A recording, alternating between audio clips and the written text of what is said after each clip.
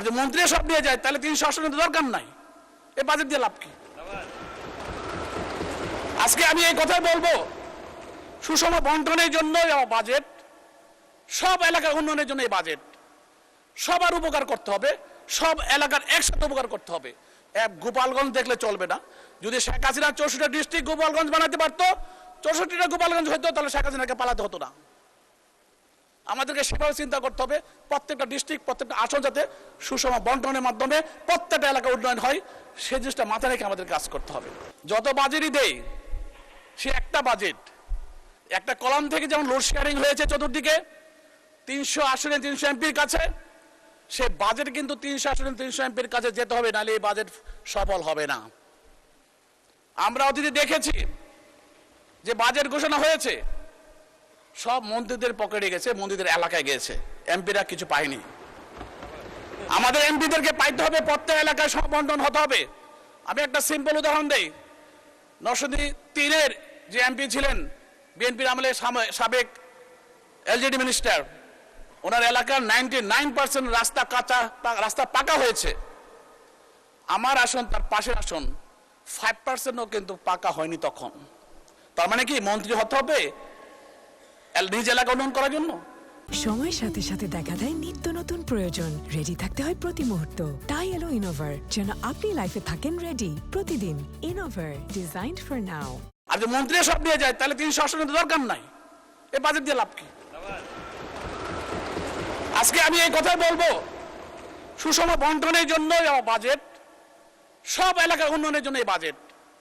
সবার উপকার করতে হবে, সব এলাকার একসাথে উপকার করতে হবে। এক গোপালগঞ্জ দেখলে চলবে না। যদি শেখ হাসিনা 64টা ডিস্ট্রিক্ট গোপালগঞ্জ বানাতে পারতো, 64টা গোপালগঞ্জ হতো, তাহলে শেখ হাসিনাকে পালাতে হতো না। আমাদেরকে সেভাবে চিন্তা করতে হবে, প্রত্যেকটা ডিস্ট্রিক্ট, প্রত্যেকটা আসন যাতে সুষম বন্টনের মাধ্যমে প্রত্যেকটা এলাকা উন্নয়ন হয়, সেই জিনিসটা মাথায় রেখে আমাদের কাজ করতে হবে। মাননীয় স্পিকার, আজকে আমাদের এই বাজেটে অনেকগুলো রিবেট এসেছে। আমরা দেখেছি এখানে প্রচুর রিবেট এসেছে, এবং হিসাব করতে গেলে আমি একটা বিরাট সিরিয়াল দেখলাম।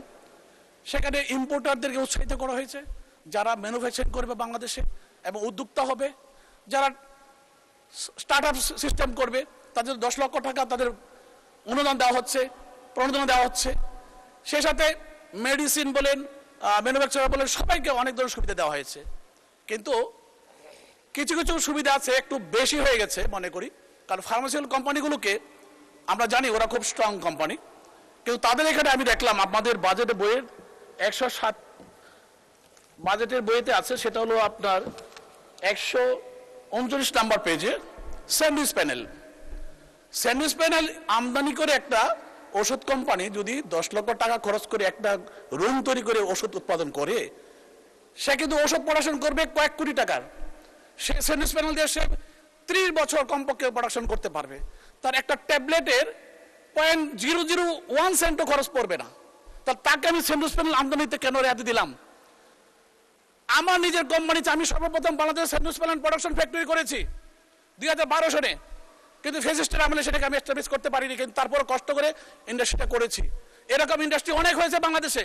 আমাদেরকে র মেটেরিয়াল আমদানি করতে হয়, 58% ডিউটি দিতে হয়, পলিওলেন আইসোসায়ানাইড দিতে হয় 37% ডিউটি। তো আমি এত বেশি ডিউটি দিয়ে বিক্রি করবো কার কাছে? তারা যদি 1% ডিউটি দিয়ে আমদানি করে, এটা একটা গ্রেট মিস্টেক। আমি অনুরোধ করবো এটাকে কারেকশন করার জন্য।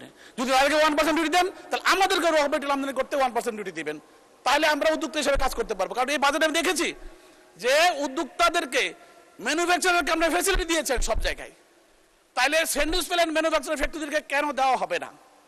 তাদের এসএস কোডে আছে 37% ডিউটি, কালার শিটে আছে 58% ডিউটি। তাহলে তারা কিভাবে আমদানির সাথে কম্পিটিশন করবে? শিল্প তো হবে না, যারা করেছে তাদের শিল্প তো মরে যাবে। এই জিনিসটা লক্ষ্য রাখার জন্য আমি অনুরোধ করবো। এবং আরেকটা জিনিস ডিক্লারেশনের mistake, sandwich panel room. Sandwich মানে কি? চিকেন স্যান্ডউইচ আছে, বার্গার, আবার আছে এগ স্যান্ডউইচ আছে, আবার আছে ভেজিটেবল স্যান্ডউইচ আছে। স্যান্ডউইচ মানে ভিতরে জিনিসটা কি? কালার শিটের ভিতরে পলিউরেথিন হতে পারে, রগুলো হতে পারে, গ্লাস হতে পারে, ইপিএস হতে পারে, এক্সপিসি হতে পারে, এক্সপেলসি হতে পারে, সিরামিক হতে পারে। আপনাদের এটা ক্লিয়ার করলেন না, কি মালটা দিবেন দিয়ে, তাদেরকে কি জিনিস আমদানি পারমিশন দিয়েছেন? আমি অনুরোধ করবো এটাকে কারেকশন করার জন্য, এবং আমরা যারা ম্যানুফ্যাকচারার আছি আমাদেরকে সেই ফ্যাসিলিটি দেওয়ার জন্য।